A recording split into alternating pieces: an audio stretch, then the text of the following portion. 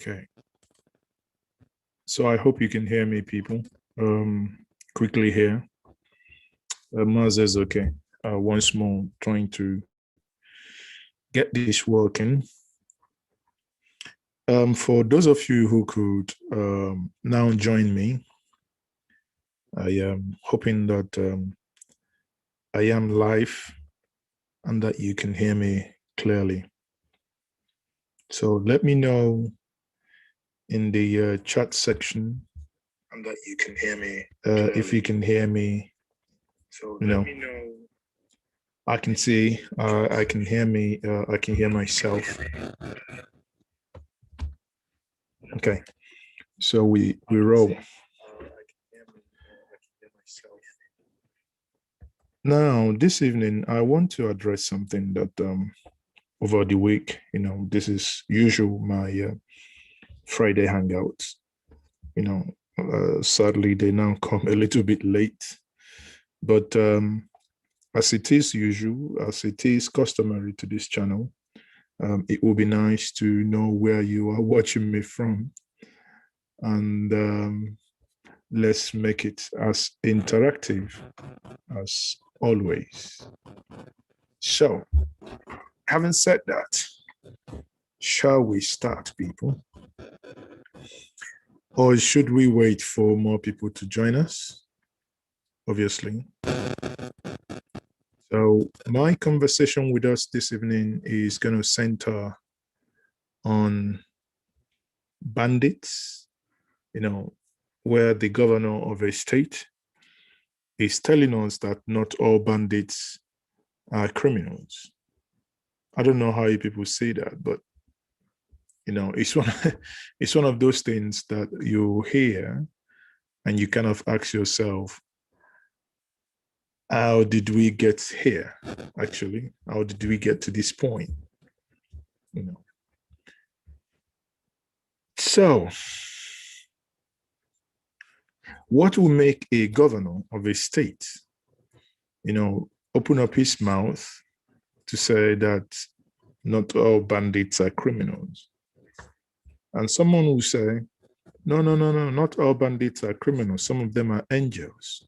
Some of them are actually there to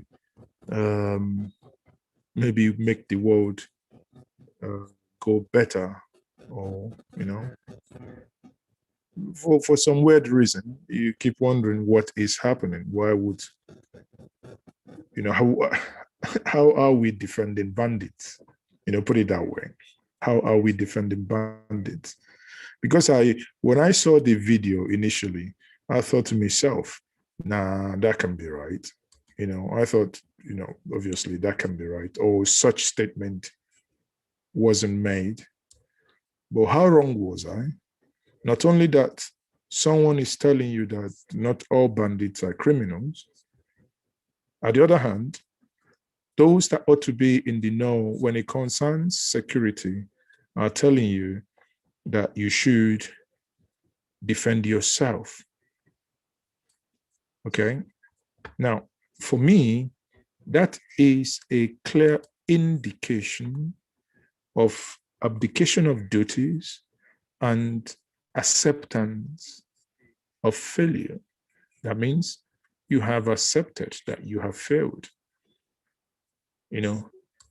There is no two ways about that. You have accepted that you have failed. And because you have failed, that's why you are looking at, something that you can basically, something that you have control over, but you're looking at it and saying, nah, we have failed. You need now to defend yourself.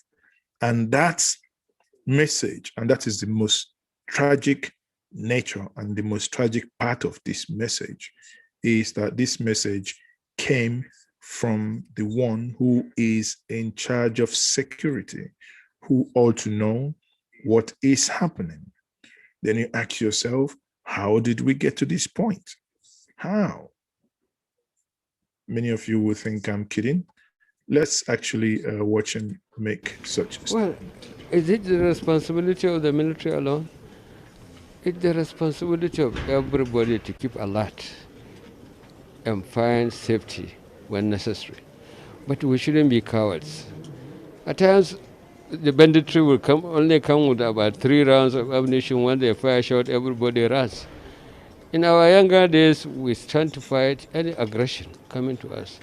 I don't know why people are running away from Mano. Look at this old man saying that in his younger days, I mean, in his younger days, he can actually say that in his younger days, he was able to catch lions with bare hand. That's what that's what you should say. You're now questioning why people should run away.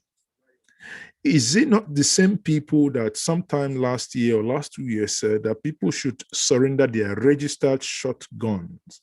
Registered. These are not automatic rifles. These are basically shotguns that people should surrender them.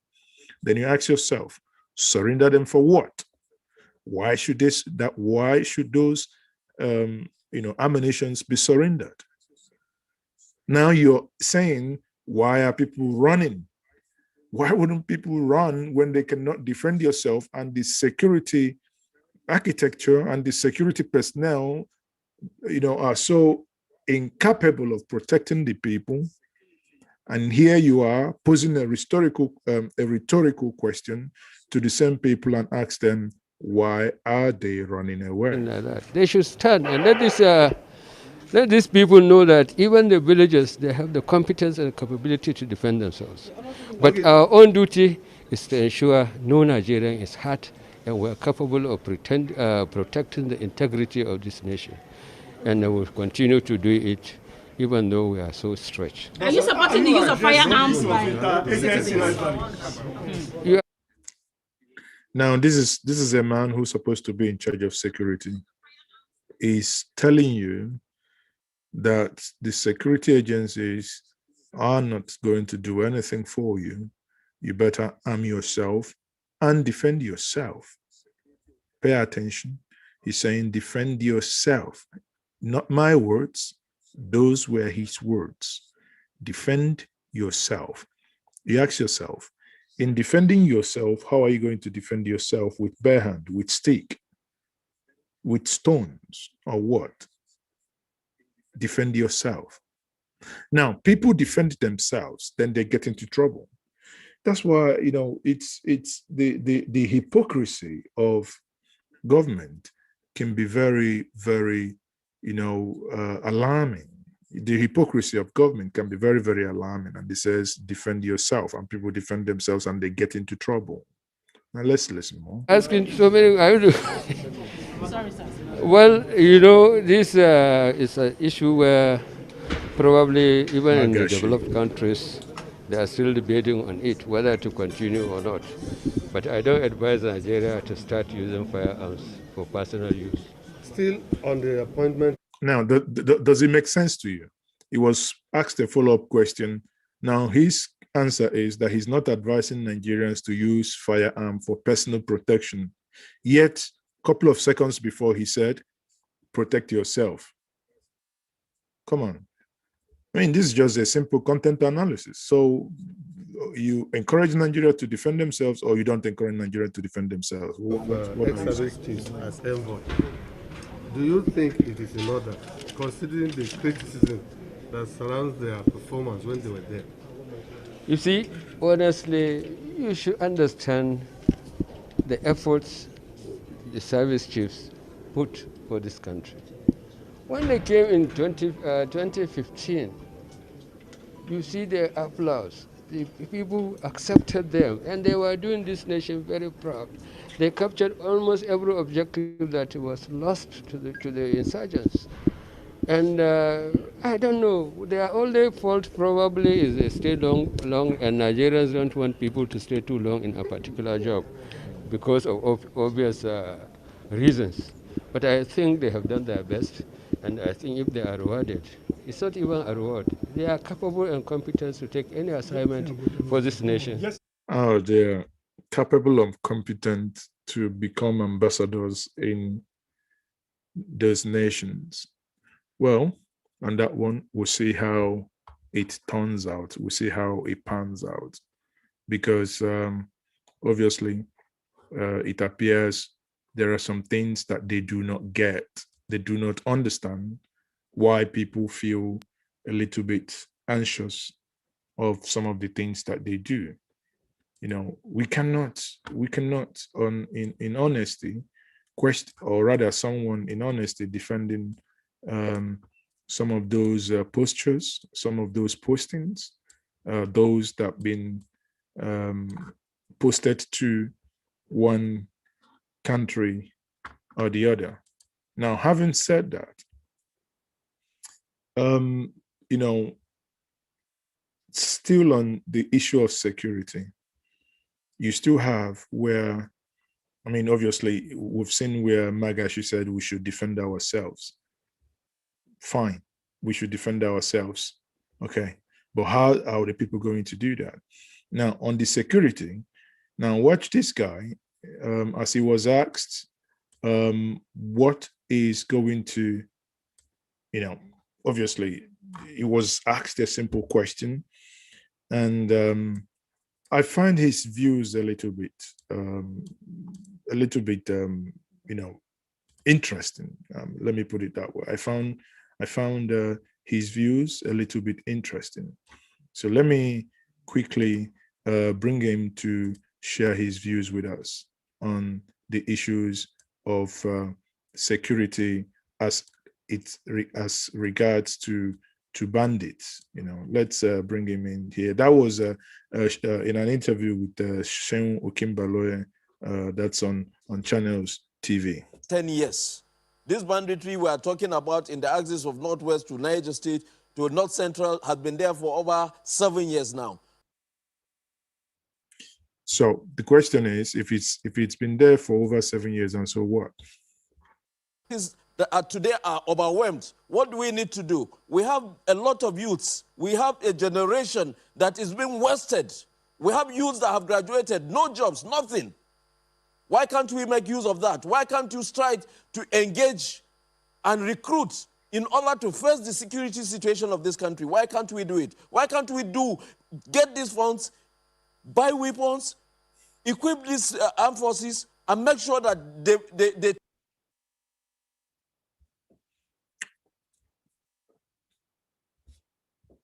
Well, why can't we do it that way? Why can't we have ourselves ready and going into the bush, going into the forest to face these people? This is what I'm talking about. But the Senator, emergency we need is that for the security. Yeah. Does the Senate today think that the president is not doing the right thing? Now listen here, people. This is the same man that has been saying we can do this, we can do the other one, we can do the other one. The reason why I found his views so interesting is Sheun Okimbaloye will now ask him a direct question. Do you think the president is doing all right? It's for you to say the things the way you see them. Sadly, this is his response. The president have done what is needful to be done. The president have assented to the budget. The president have never deprived the armed forces of the funds they require. The president have done so much for the state governments. Now, this is when adults don't say and don't want to say the truth. You're telling us what the president has done, but it was a direct question. Do you think if you have approved the budget for the president and you have done enough for the president and you're not getting results, the question is freaking, what do you think?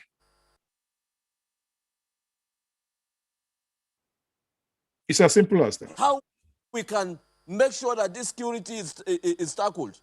A lot of these state governments are using security.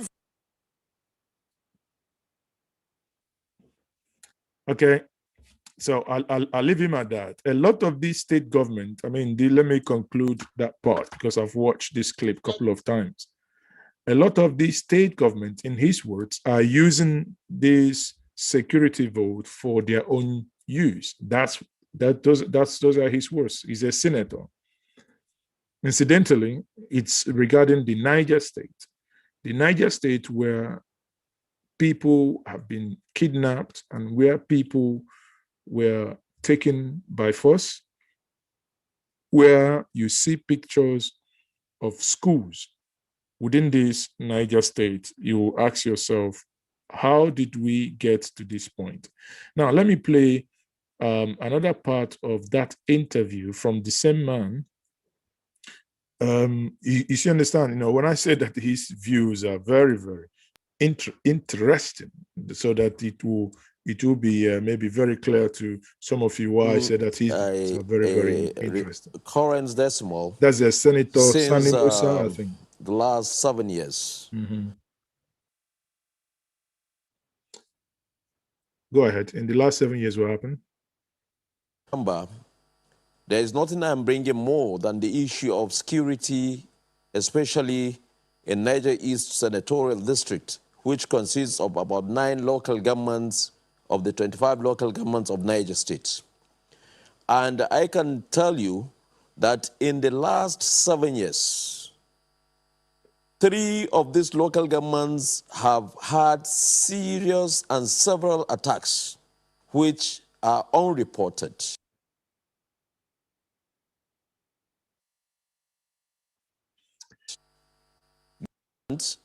Going by the Constitution, guarantees. Okay, I think the video is a little bit crackling, but the question here is, and the key message to the floor of the Senate for the Mr. President of on insecurity in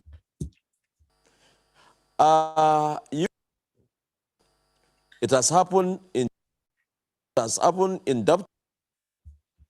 Okay, so I'll stop this here. So the point here is the case of insecurity.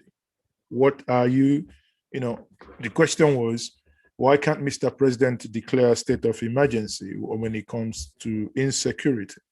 Now, in as much as he and his colleagues are dancing around the whole issue, the key point and the key issue remains that his own state is very, very not safe. His own state. So question then is, why can't he say it the way it is? Why can't he call whoever that is in charge? Why can't he just call the person out?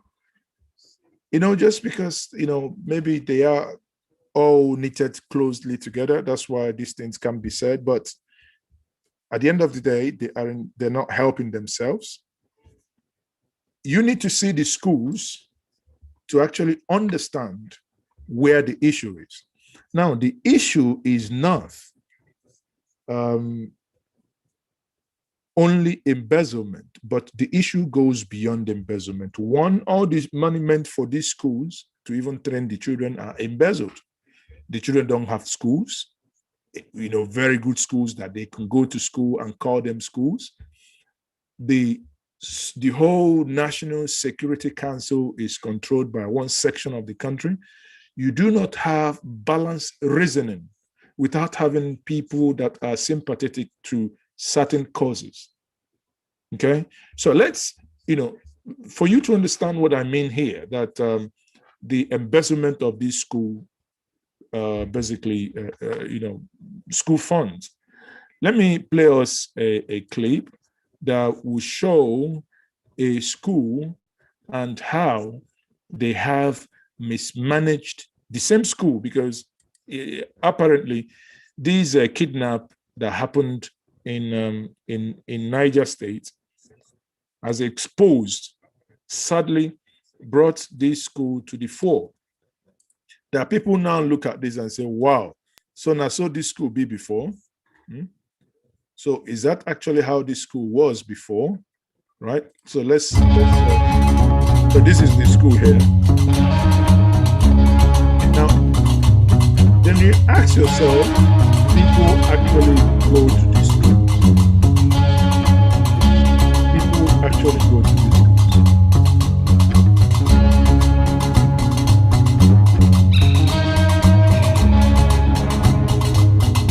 Now, this is not an abandoned school. This is a school that is in use today. As we speak, this school is good on. And these are where human beings, not animals, not cows, human beings go on and they attend to it. And you can say that the roofs are blown out. Everything is just like there was a world war, there was a bomb thrown from the school. Ask yourself, how does this lead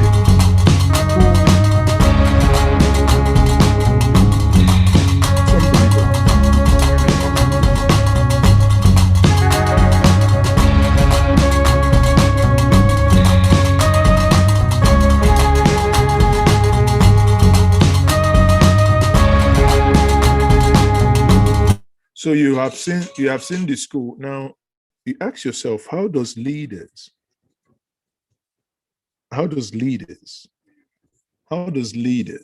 lead? And I don't know, sometimes words fail me. How does leaders see something like this and they're not bothered? If not for the terrorists who went to that school to abduct the children, many people wouldn't even see this picture. Okay, so the question is, how do we, and what is the what will be the outcome of the whole thing? What will be the solution? And I have taken time to listen to the governor of Kano State, Gandola, aka Gandola, that is Alhaji professor, or rather, is it a doctor, Ganduje, who made, very few times did I ever bother listening to him, but this time around, honestly, I think he made a lot of sense. I wish they would be interested in getting to solution, because we have to take some drastic measures. Otherwise, we are just scratching the problem on the back. We must understand these issues. There are ECOWAS problems. As of now, there are ECOWAS problems. No, he struck me here as someone who really understood the issue at hand.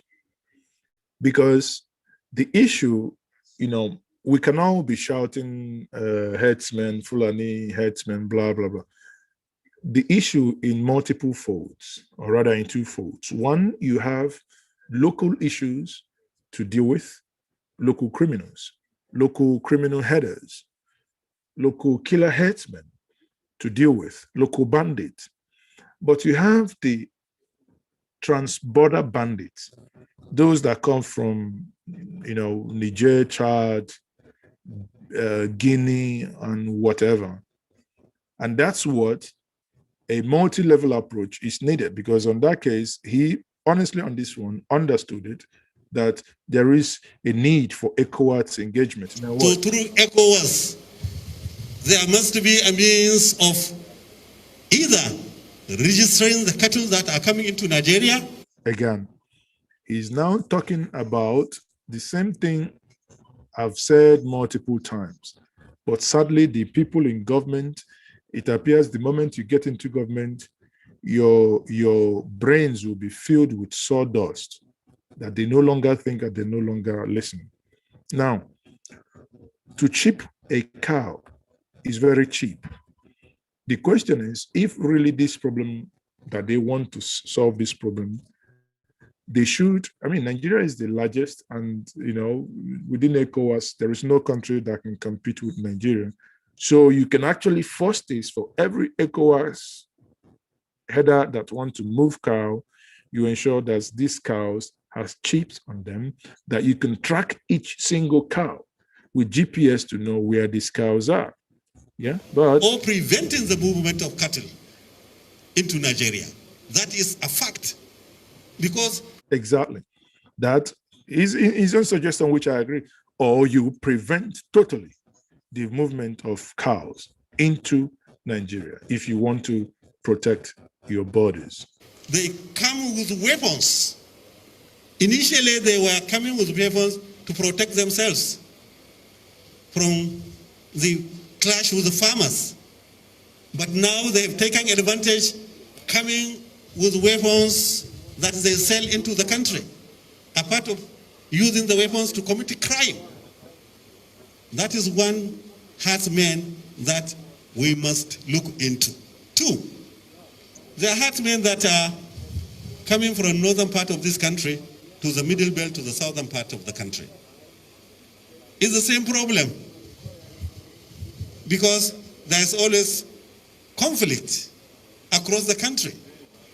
And the way I describe the herdsmen is that a herdsman in Nigeria has not succeeded in fighting poverty, and poverty has not succeeded in fighting the herdsman. Why do I say that? The herdsman who goes about with hundreds of cattle, looking at the cost of cattle, he's going with a mobile bank. Now, a herdsman who goes around with multiple hundreds of cows walks around with mobile bank. Does that not tally with what I've been telling us here? That the easiest way to loot money without BVN is through cattle. You can actually move 1 billion naira, 1 trillion naira around. Nobody will know it. You put them in cattle. Here, he is reaffirming that same logic that I've been saying, and why they don't want to chip these cows. Not that, why they don't want, because they don't pay taxes on them either. So you cannot call him a poor man. But looking at his body, looking at the type of dresses, the dresses that he puts, the shoes that he wears, his body, you cannot call him a rich man. He's exactly a poor man. Somebody who can trek from Kano to Ogun State, you cannot call him a rich man, he's a poor man. So the movement by trekking from northern part of this country to the southern part of this country must be stopped. Bagam, for me, that is the most critical thing he has said. And this is what we have been saying for so long, and they can refer that to, oh, hating, you're hating the northerners. You don't want them in your place. I say, for Christ's sake, no one hates you. No one hates you. What the people are saying is that they do not want cattle to move on foot to come and destroy their farmlands. And what we hear is farmer-herders clashes. There is absolutely nothing like farmer-herders clash. It's herder invasion of farmlands. The farmlands are static. The farmlands don't move. Herders move. Herders are the ones that go into farms, and they are the ones that destroy crops, not farmers. Farmers stay in one place, tendering their farmland, and herders coming to destroy these farmland. So, Ganduje, can you conclude? If we need peace with the farmers, but if we are led by sentiments, which they are led by, which your colleagues, more than 60% of, what am I saying? Apart from you and the Kaduna State governor that has suddenly seen the light as well, both of you are the only ones making sense. If not, every other person wants thieves, want hoodlums to be paid. And how can you just, someone kidnaps your children, you just go keep paying them for, then you ask yourself, how long are you going to keep paying? For how long? Ethnic sentiments, herdsmanship must change from tradition to commercial herdsmanship. It must translate to commercial, not to tradition. Those days are gone. I know some of the members of the Mieti Allah Association may not be happy with my statement, but I have to make it. I am Fulani man. Myself, like them, I learned Hausa in primary school. We have to take some drastic measures. So again, when you listen to this, you can see the revelation he made. In conclusion, he said that he learned Hausa in school, meaning that they don't even speak Hausa. So many of you, when you say Hausa, not every Northern is an Hausa man. They have Fulanis, they have the Mumuyes, they have the Kanuris, they have the the Nupes, they have a lot of tribes. So, but the key point here is that, as he said it, the movement of cows must be stopped. Full. Stop. It must stop. Movement of cows must stop. Movement of cows must, because when they move, this is what they do. When they move, this is what they do. I show us, for those of you who have forgotten, this is the kind of atrocities that they commit. So no one wants something like this to continue. No one wants something like this to continue, right? This is what they do. This is people's yam. They just, a heap of yam where people, you can imagine people's yam barn. They just go into it. Your sweat. So tell me how, if the owner of this farm comes and says, "Oh," and takes gun and shoots any of these people, and conflict ensues, and somebody will say, "Oh, this is farmer header crisis." Tell me how this is a farmer header crisis. This is header wickedness. Look.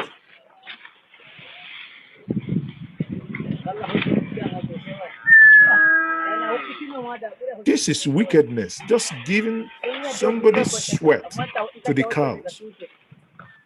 It's not even that they took some, maybe to roast and eat in the forest. Just feeding it to the cows. Jesus.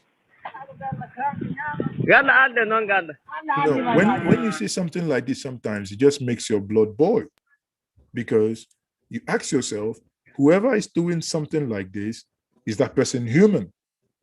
Now, I want to tell us this, and I think it's very, very paramount that many of us listen very, very attentive here. Now, there was this, summit where ex-governors and governors, they went for, and the former military governor of Ogun State,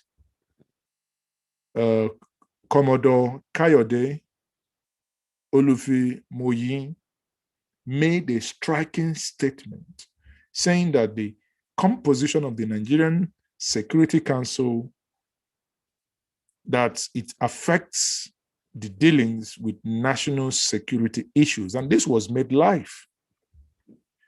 I never knew that we still have men who could stand up, because again, you cannot say he knows not what he's talking about.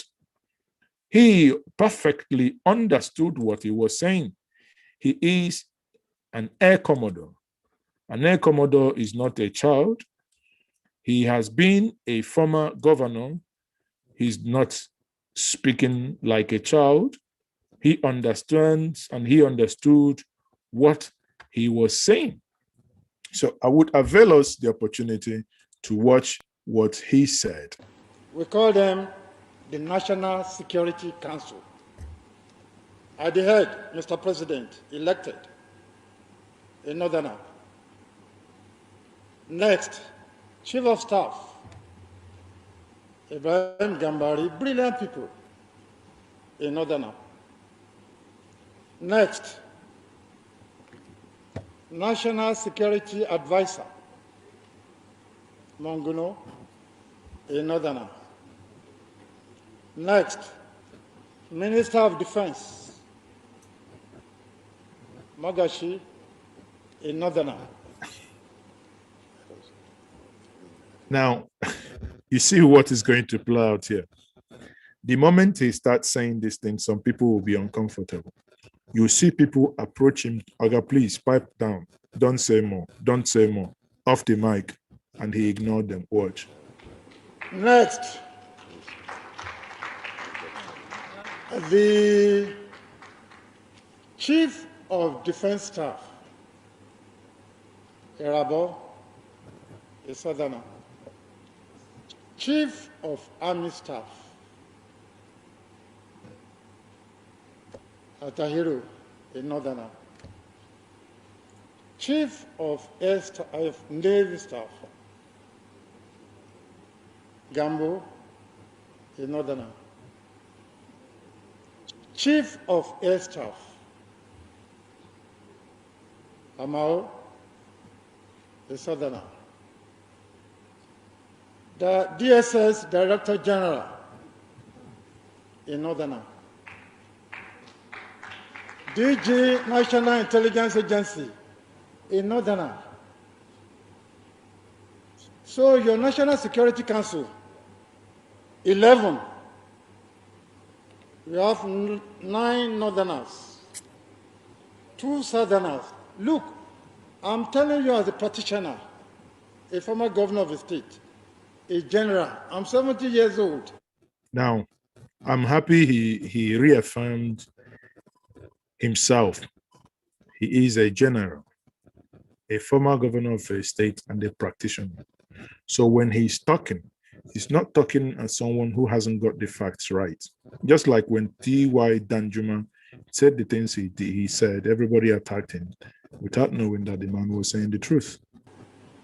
When you go to such meeting, those 2 Southerners, they are just there as onlookers. They are there as onlookers. What do they want to say when the Northern Bloc has 9? And you say Southern Bloc has 2. What has it got to say? Is there as an onlooker?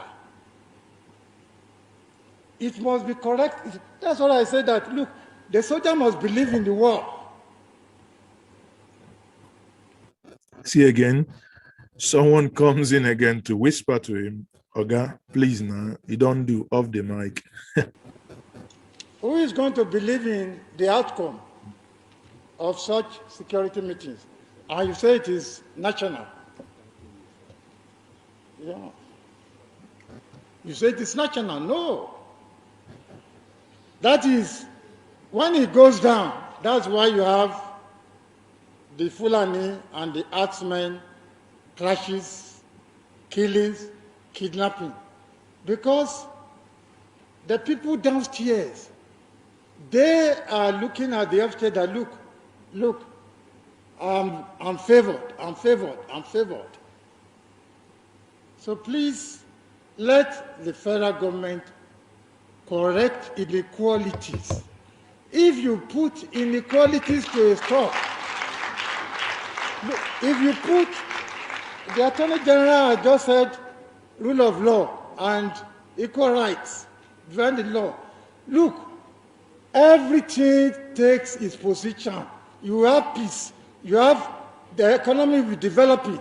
Everybody will be generating his own employment. So that is my advice. So squarely, we must tell Mr. President, he's an elected leader. The boss stops at his table. So now you had that. Ask yourself now this question: why does it appear that no one is listening? Why is it? Because when you hear that people are agitating, they say they are, people mock at them. Oh, you are agitating to break up the nation. You're agitating for your own country.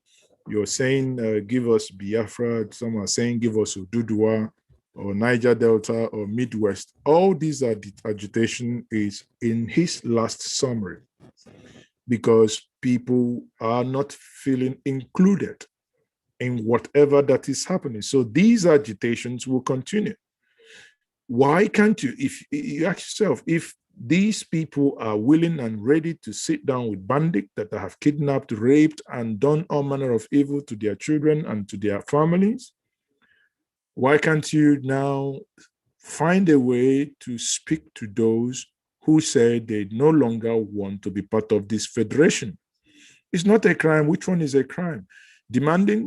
People demanding, okay, we want a referendum, or someone who has taken up arms and ammunition, kidnapping, maiming, doing all manner of evil. Who is the one that you need to be afraid of? Who is the one that you need to actually speak to? And this clear injustice that is happening all over is actually the reason why people appear not to be. That's why people are unwilling and saying, because no one actually wants to sit down. Bet me, those who want to break the nation, because actually, I mean, I've said it several times, the way the nation is at the moment, no one is actually interested in, people have seceded from the nation mentally. Only those that you can say that benefit from the current system are those that are trying to keep the status quo. Nobody who has the genuineness of seeing a progressive society that can support what is happening, because obviously people like myself, my proposition is, as we had it in our Buri Accord that was never kept, where regions should develop at their own pace, have your own mission wherever you want to have them, have your own governance however you want to do your own regional governance. I don't really care what happens, not as humans, yes, I do, but in terms of governance, however you want to govern Sokoto, for Christ's sake, it's none of my freaking business. If you want to be chopping people's hand for your dinner, let's go ahead and do that. It's only, he said, the river does not swallow whomever he doesn't see his like. Therefore, it's only when you see me in that place that you begin to. So, but allow me the opportunity to govern my own space and develop at my own pace. Why should someone be worried about someone invading your farmland and doing all manner of things or the other, right? So you can, like I said before, you can see clearly what, his argument, and I give it to him. The Commodore made a very, very fantastic argument, and his argument cannot be, no one with gray matters in between their scores can actually, argue with such fine and fantastic argument, right? There is no gainsaying that. For me, he has made the point, and the point is very clear. Now, that is, I've talked about the not all bandits are criminals, stop herdsmen movement, that's from Gandola. Then the last bit of my conversation with us this evening is the bits from El-Rufai.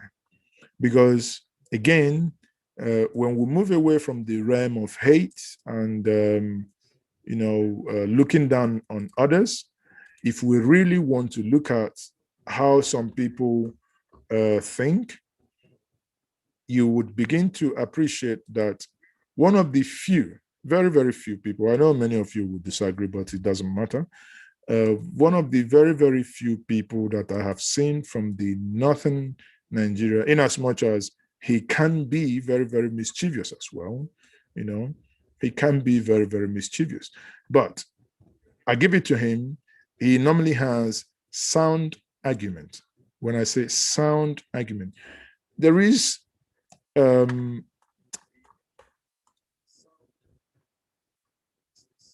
this conference where he called for devolution of power between the federal government and the 36 states of the federation. And he was one of the speakers at a program that is the Radio Now program called Urgent Conversation. I think channels carried this yesterday. So for those of you that might want to go look at the video. Now, he said something that is very, very, very crucial. He said, I will dwell on 3 of the issues that he believes are critical to the immediate needs of the country to pull back from the brink. And that is one thing I like about El-Rufai. He's a thinker. You can hate him, you can like him, but I give that to him. He somehow understands the key issues at stake. But the question, and that is the argument I know some of you might make, is beyond understanding the key issues at stake, are they, or do we have genuine, the genuineness to actually have these things resolved? Now, let me quickly play us this clip of his. Oh, hold on. Let me quickly play us this clip of his, where he, yeah. Let me see if I can get back to this section. I don't know what I did before, but hold on. I would get back to this section where he made that statement, and that statement is very apt. I only hope that it goes, that the conversation goes beyond rhetoric, that others would actually begin to listen and understand what is now at stake. Okay. I only hope. Let me quickly see if I. And respect for residency rights Hold on.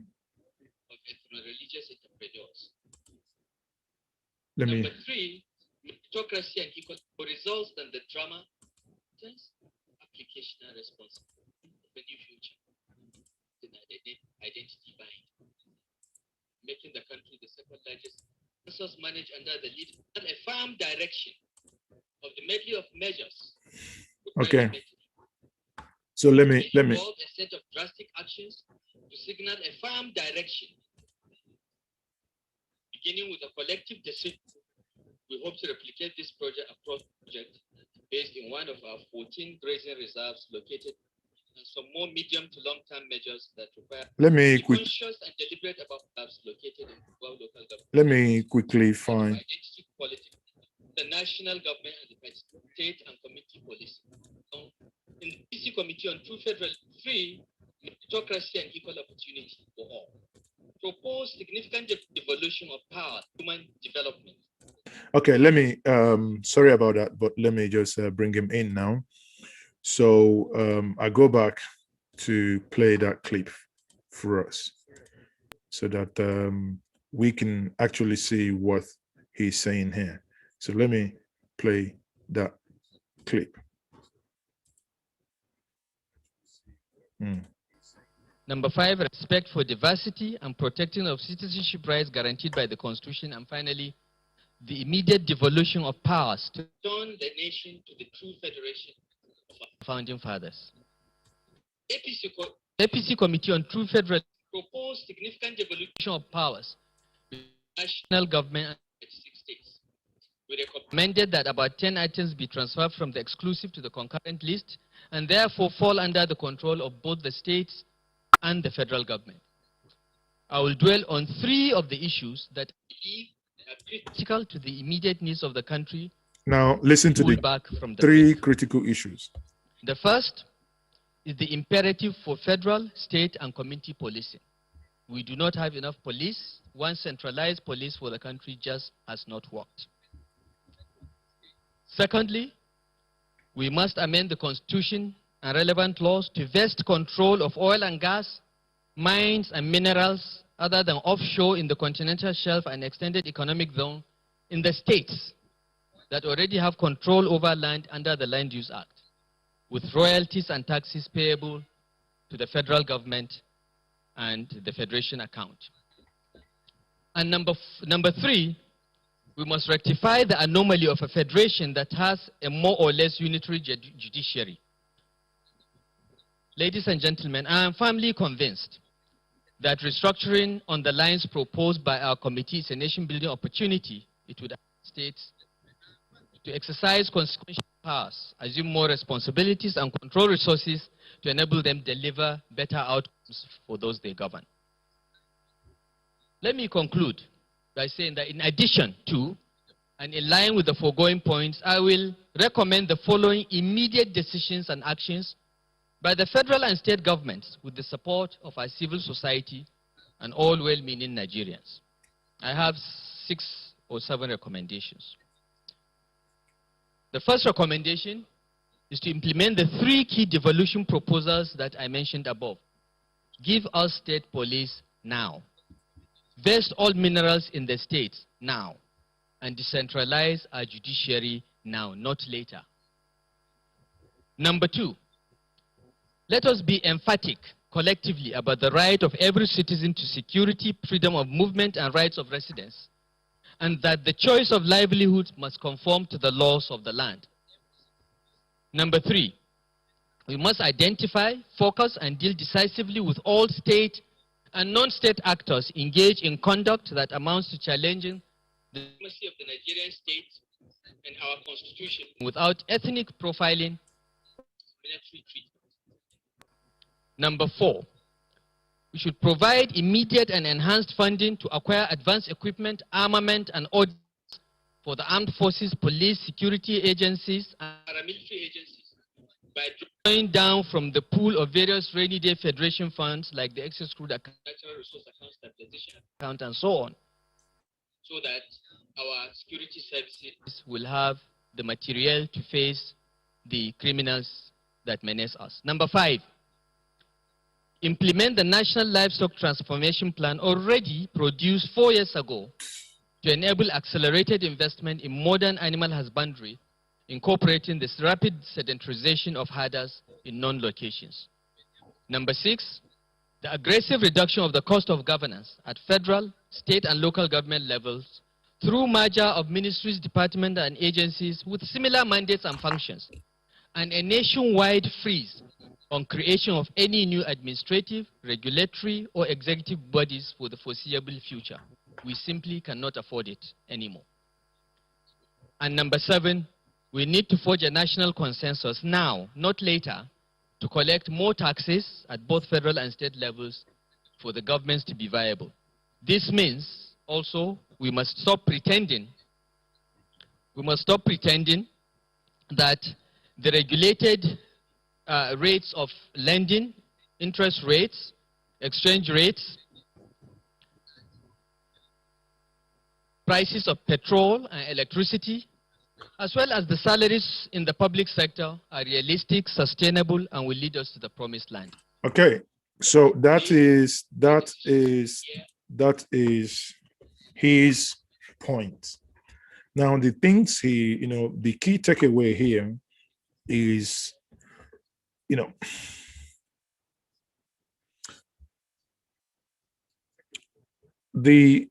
the point here is that when you listen to them sometimes, you might end up thinking, if you all know all these things, why are we still in a mess?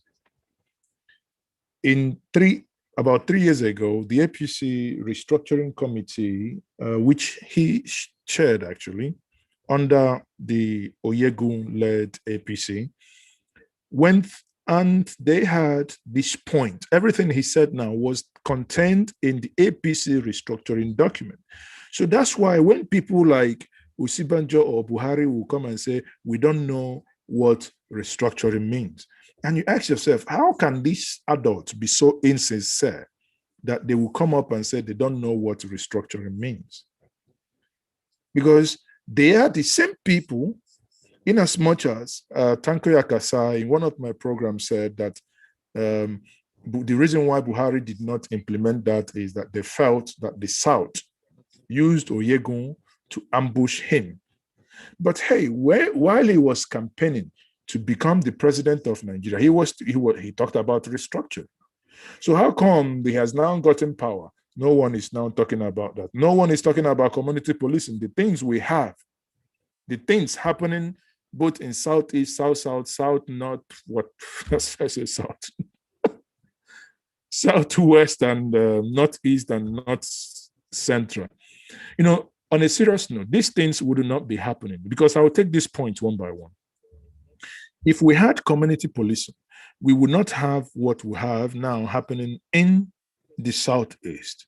That means the people of Southeast would have their own regional police. The regional police will have a regional command, probably headquartered in Enugu. If a commissioner of police is from the inspector the regional inspector of police, which I will call the regional inspector of police, rest in peace, that RIP, regional inspector of police.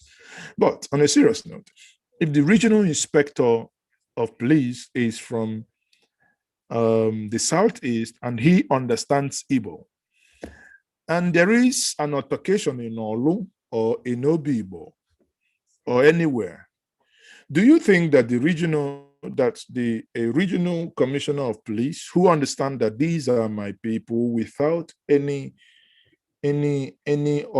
authority from anywhere will just basically barge into Olu or barge into Obibo and start shooting? No, that will not happen. It's just because when you have a collection of ethnic-minded people that when you send them to a place, they do not view their humanity, does not overtake their sense of ethnic alignment.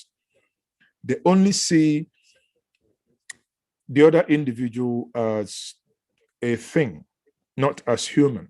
Therefore, just cocking the gun, shooting becomes something that no one punishes, because after all, he does that. It's not from your place. He can disappear into thin air and no one holds him to account. Now, imagine that police officers are drafted and who are from Enugu. There is an incident in Emene, let's take for instance, and they're drafted from Emene to go and quell the issue in Emene. The policeman would not shoot because the policeman has a sister, has in-laws, has cousins who also live in Emene, and they also have younger ones. Nothing is wrong when there are insurrections or protests or anything. You can arrest people, yes, but not to go and shoot as we have it today. Demanding not to shoot people is a right. And people have a right to protest. I mean, you can see how the toll gate was quashed, Lekki toll gate protest and all the rest. But if there are insurrections, of course you can arrest people, but why must you shoot people? Why must you kill? So having said that, I totally agree with El-Rufai, because when you talk about community policing, these are things that you need before you now talk about regional governance, that we now begin to get close to where we were in 1963. Because before the military intervention, sadly, again, I think the 1966 coup was a mistake. Till tomorrow, the people that they killed, I mean, we would have, if we had the parliamentary system running, we would have over the time come closer to having a perfect union or having something that worked. Because in the parliamentary, somebody would, the president or the prime minister will be there every week to take questions. And in taking those questions, he's sitting with the opposition face to face. So nothing will make us have an oracle that we will be begging. Oracle, speak to us. You drop your collar. Oracle does not speak. You get your ram. You spill the blood. Oracle does not speak. And everybody is begging now, Oracle, speak, Oracle, speak. But Oracle can only speak to you through spokesperson. That is the danger of the kind of parliamentary system that will run. State police, I agree with El-Rufai, it will solve a lot of these issues. If we have state police, if the Southwest decide, or because if we go regional, it will now be that you have the Eastern region. They can decide to govern themselves anyhow they want. They want to build airport in every street, so be it, as long as they can afford it. It is an abnormality that no international flight flies from anywhere. Yes, I understand that COVID is there, but no international flight flies from anywhere to the east as we speak. It is an abnormality.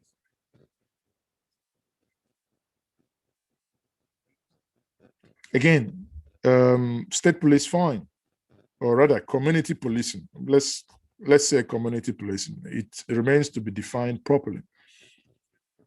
Community policing for me means regional policing outfits. Some may say it is states. Again, the nomenclature is irrelevant. What is relevant and what is very critical at this point in time is that the center cannot hold. with what we have today. It does not make sense. And he says that give people the right to mine their oil and dig their minerals.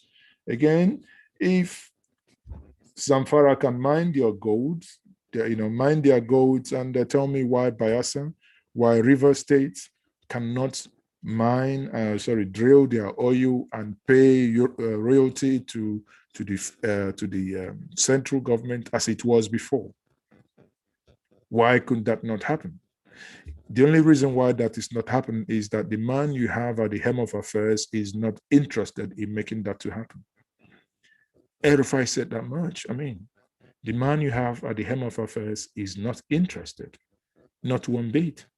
But the fire and the heat is getting on, hopefully, within the APC, that they might find men of goodwill, men who know that you might wake up the next couple of days and you find that people are telling you enough is enough, that they are no longer interested. I mean, a lot of us are saying that already.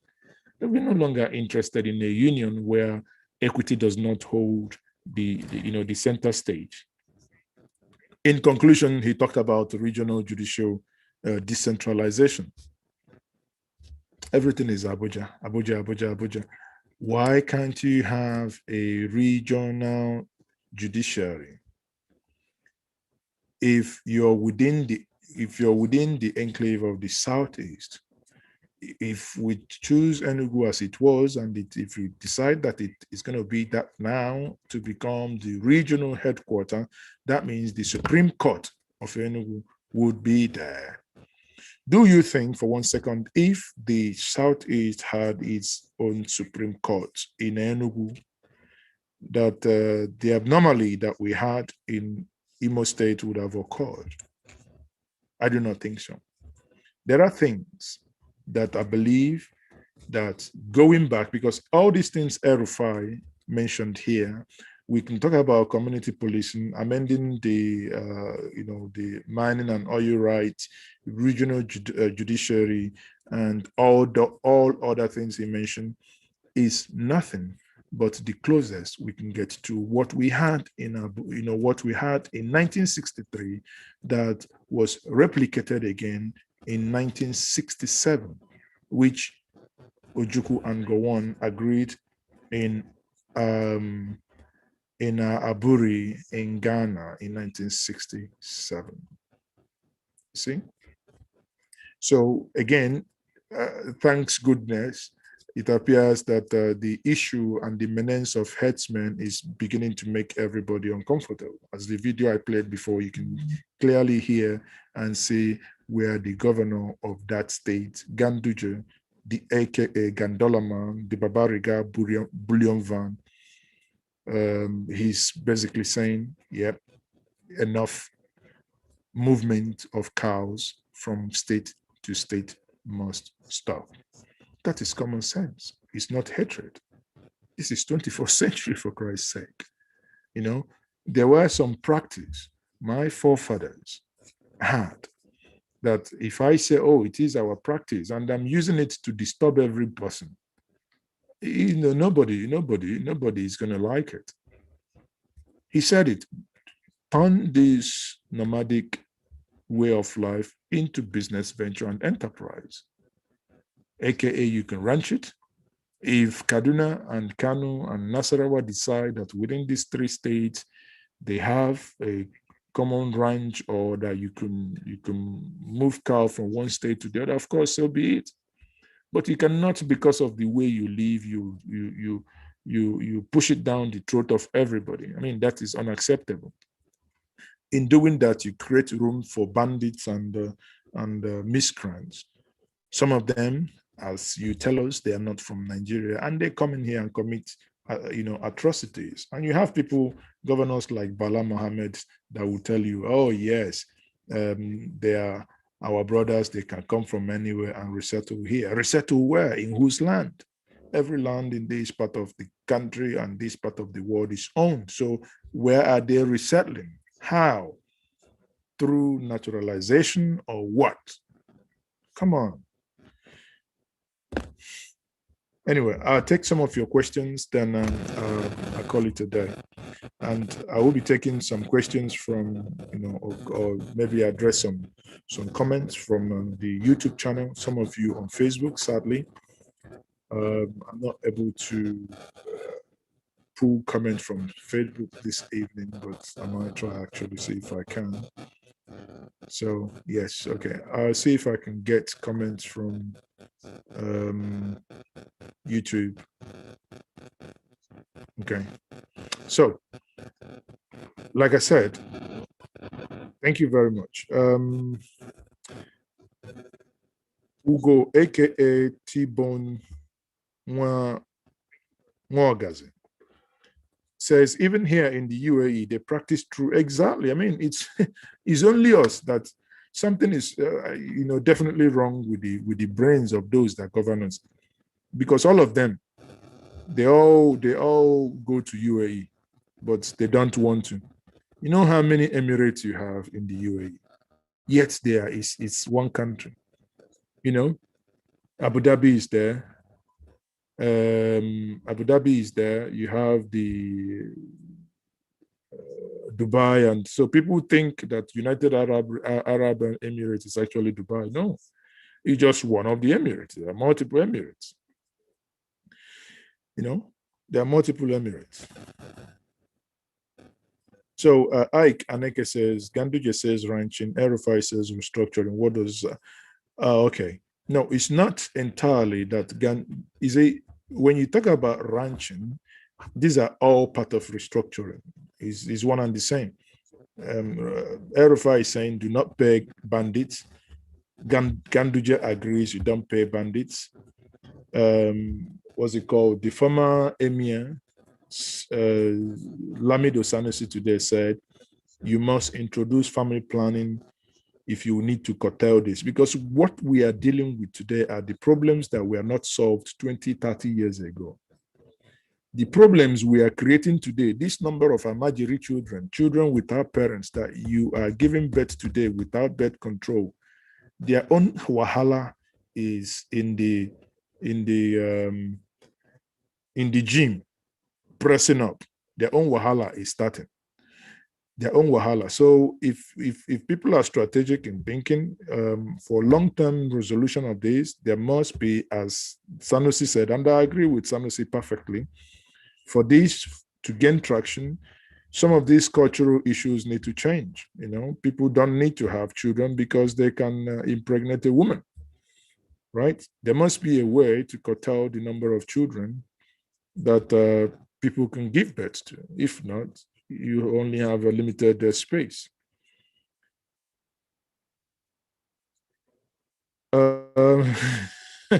Slappy Music says, creating regional policing, where will Asaba and the Ikwere people fall under? Well, Ikwere is in River State. Your question is already answered. So where is River State? Asaba is in Delta State. Where would that fall under?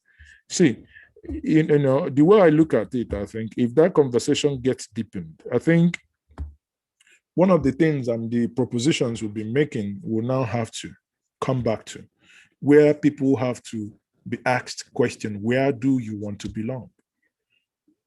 Let's hypothetically here, I say, assuming we want to go regional, you can actually ask people in Asaba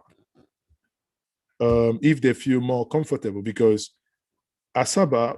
people in Asaba or Gwashi, maybe Abo or Iseluku or even Obiaruku, might be eager to join their brothers across the east. But the Ishekiris might say, no, we are actually from Ondo. We want to join our brothers from either the Midwest or our brother from the Southwest. So those are semantics. The bottom line is to agree collectively that this thing is no longer working. Take it from me this night, people. Nigeria is not working. Nigeria is kaput. Nigeria is not working.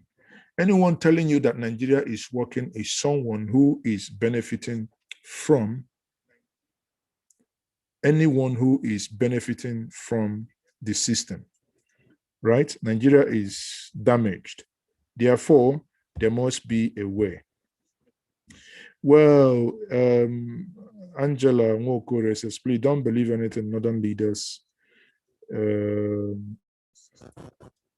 Angela, I know you deleted that message, but I think I would disagree with you. There are some of the northern leaders that have antecedents.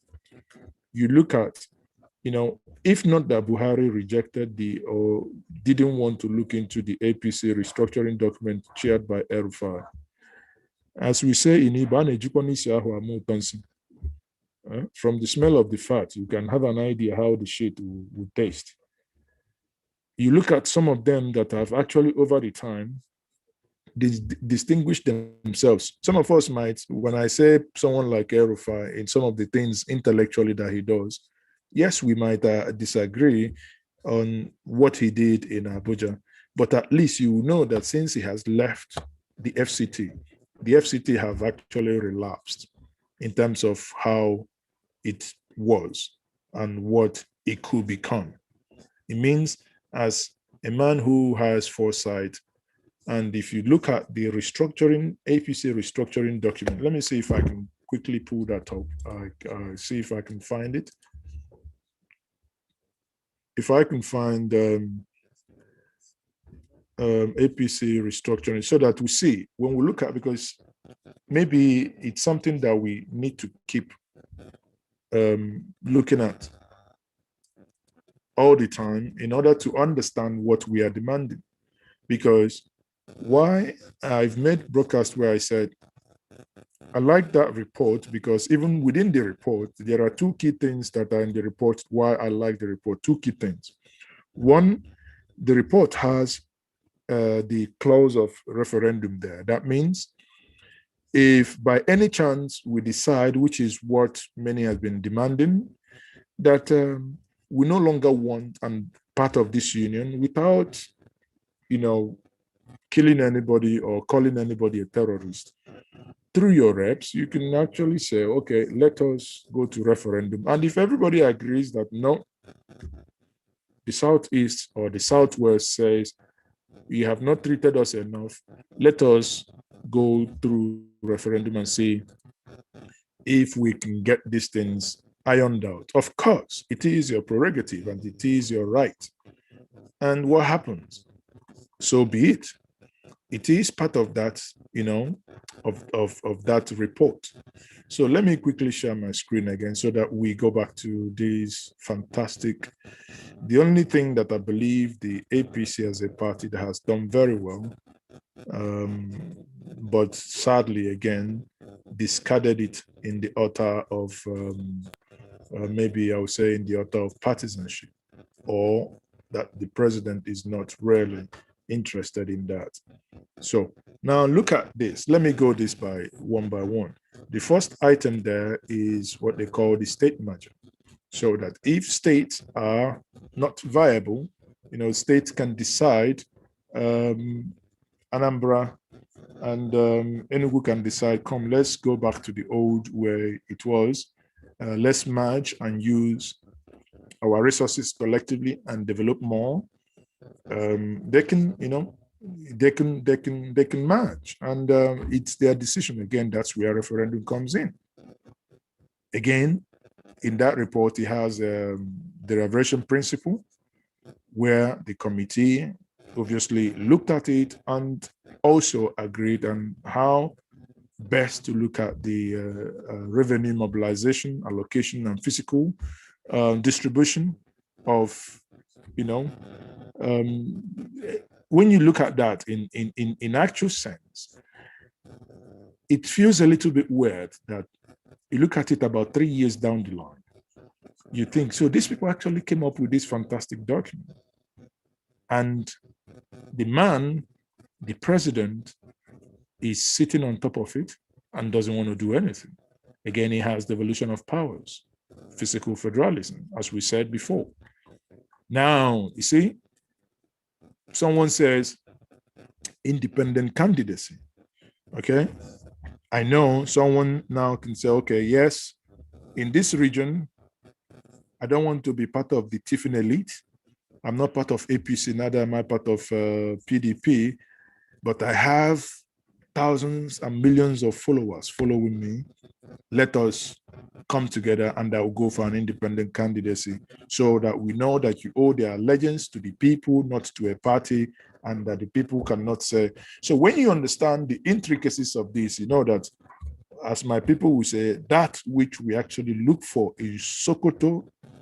If this is done, it will be in our Sokoto, right? So look at judicial reform is part of what he talked about today, right? Judicial reform. That's part of what he's talked about today. Local government autonomy, that's one of those things that this government, I give it to them, has been talking about. But sadly again, it's no longer about federal government, it's about our governors who are not interested in seeing any meaningful progress happen. They are the ones kicking against it. Local government autonomy, you know? Again, local government autonomy, we can't say that enough. Between the state and federal government, they get 48%. Between the state and local government, federal government gets 52 or 52 point something. So, but at the end of the day, you can see that the local government, the state governors only end up doing virtually nothing and appointing people for as task force, whatever. And after appointing them, that's it. They just finish that way, right? Finish that way. And take money, nobody cares. They take this money from these guys. Now here we have the revenue allocation. You can see, very, very simple. Revenue allocation. That's the way it should be done. You know, reject the question of citizenship. And here, referendum. That the committee, let me now read this one because that is, see, that the committee affirmed that in our constitution, there is no provision for referendum except for the creation of state. It is believed that having referendum in the constitution will be a panacea for some of the agitation in the country, especially the agitation for the Republic of Biafra by the indigenous people of Biafra.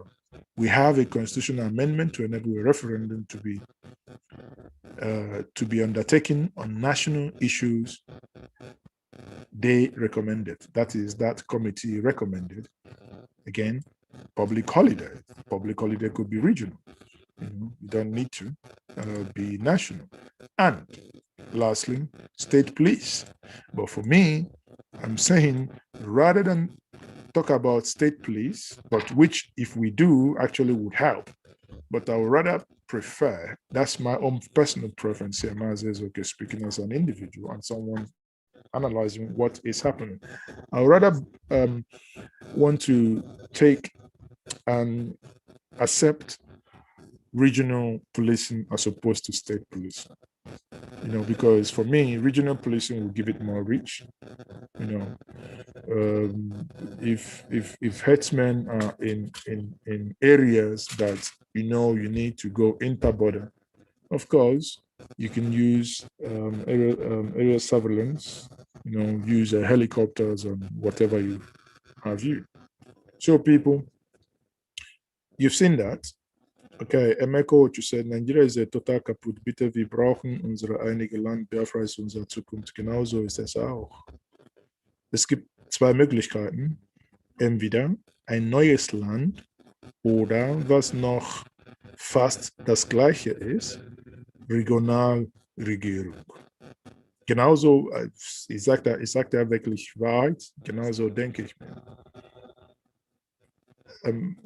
Wenn wir die Möglichkeit hätten, irgendwie wieder zurück zu 1963 oder 1967, wie es in Abuja Accord war, wenn wir sowas hätten, wirklich, das wäre ein Wunsch. Und für mich, das genauso als was du gesagt hast. Okay, so no need to slap Slappy, you have a reason for asking that, and your insinuation is that answer. I do not know what that meant, but merger of states is ideal, especially struggling resources to revive the system. Exactly. So I think people, everything is not, in as much as, yes, everyone is, the resources of the nation is getting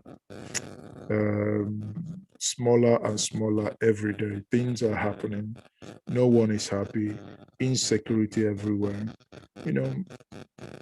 What can we do? The things we can do is, as the National Security Advisor or whoever said that we should protect ourselves. Of course, we'll do within, uh, who is this? Mochi Chipo. So you first is Mochi, of course I do. Is eigentlich, wenn it's, yeah, erstmal Igbo, English und Deutsch. Ja, das ist mein zweite Fremdsprache. English is the erste. Okay, so obviously you can all hear that we are not happy about the things happening. And as I said before, the nation is kaput, and I mean it by every sense of it is kaput. It needs to be refixed. And in fixing it, let us not get our mind fixed on only one solution. Rather, let us get our mind towards there could be a possibility of rejigging it. And if we're able to rejig it to get to where what was agreed in 1967, that is very, very acceptable to me. I mean, for some of you that will say where you stand. I stand if we are able to get to close to where we were in 1967, I will be happy. It's a fine place to start. If we're able to get it to close to where we were in 1963, that is also a fine place to start. Or if we now say, can we all come together and ask ourselves, do we actually as a people want to live together? Let that question be answered by all of us. And that could be done in a referendum. On that note, I say thank you very much, everyone, for joining me this evening. Please endeavor, if you are watching me now, you have not liked this broadcast, this video, please do. If you have, and you haven't shared it with any other person, please also do. At the same time, if you have done both and you have not subscribed to this channel, I beg of you, kindly do so and click on the notification button so that anytime I come online, you will be one of those to join us. Now, I take this last question. Ben Obi says, it's unfortunate that we keep talking and no action is being taken to change the already bad situation. I think why I say I will address that one before I close is very simple. Many of us don't know that talking is action. You think that action means only when you become aggressive. In talking, you find solutions. Okay? In talking, you find solution. Talking is part of dispute resolution. You cannot just say, oh, someone in a forum today said, they are negotiating with bandits, we must do our own. I said, so because they have bandits, we must have bandits, right? So everybody must be crazy at the same time. But that does not say that if you are attacked, you cannot defend yourself. Even before you are attacked, you have to protect your land. Of course, that is a given. That is a fundamental human right. But again, one thing I call on us to do is that I beg and I urge us to, some of the comments we do put up online that we think them deep, and some of the actions. In the last couple of weeks, I have seen a disturbing trend of what is happening, and it's going to hurt us all. Now, for some of you here, I can see some names. Some of you are not Igbo, but sadly, I will say what I'm going to say to my Igbo brothers, because on the Igbo Kawabasa, ụmụnne m, ọtụtụ n'ihe na-agba m anya mmiri bụ na ọtụtụ ihe na-afụ unu na-egosi n'ihe onyonyo bụ ihe agaghị abalị Igbo uru, ihe ama nyela anyị aka, ihe a bụ ihe na-emebi obodo. Ndị nne anyị na ndị nna anyị ndị nọ n'ụlọ ụjọ a na-atụ ha, maka na anyị na-abụ ọkacha ụmụnne anyị ndị nọ n'ofesi. Ama m ka unu si eche na ihe na-eme na be anyị, mana mgbe ụfọdụ ọ bụkwanaghị ka ya bụ ihe ụtọ afụ si ụtọ ka o si amị. Ọ bụrụkwanụ ka ụfọdụ ife niile si emetụ etu a, because ọ na-abụ anyị na-atụsasị ụzọ ofu anyị na-atụsasị ụna, mana anyị nwere ndị nọkwa n'ụlọ kpaghalịsịkwa n'anya afụchakwa na ife adịrọkwanụ ka esi mesi ka mgbe ụfọdụ. Biko nụ, ihe nna anyị dịka ụmụnne bụ ka anyị malụnụ etu anyị si efesasị ozi ọtụmatụ ozi abụrụ nke eziokwu. On that note, I will say have a restful evening and enjoy your weekend. Please join me next week, Friday, 7 o'clock Nigerian time. I will have a one-on-one with Senator Njenje Abaribe, who wrote a book, and we'll be talking about the book that he wrote. And that book is called Made in Aba. You will see the adverts everywhere from tomorrow. They will be there. And it is an interesting time. I want you to come armed with your questions that you might want to ask the senator. And I call him a brother, resonate, because he's almost the only person that I know that is representing us, speaking the truth as it is. So, and that book will have a virtual book launch on the 1st of March that will be streamed live on Njenje Media TV. And I would have the honor and the privilege to anchor the book launch as well. So again, you can see how we are making progress. We will keep making progress until we get there. On that note, I will say gute Nacht, good night, auf Wiedersehen, au revoir, kachifono, umunnem, ndi Deutsche se, hasta Vrift.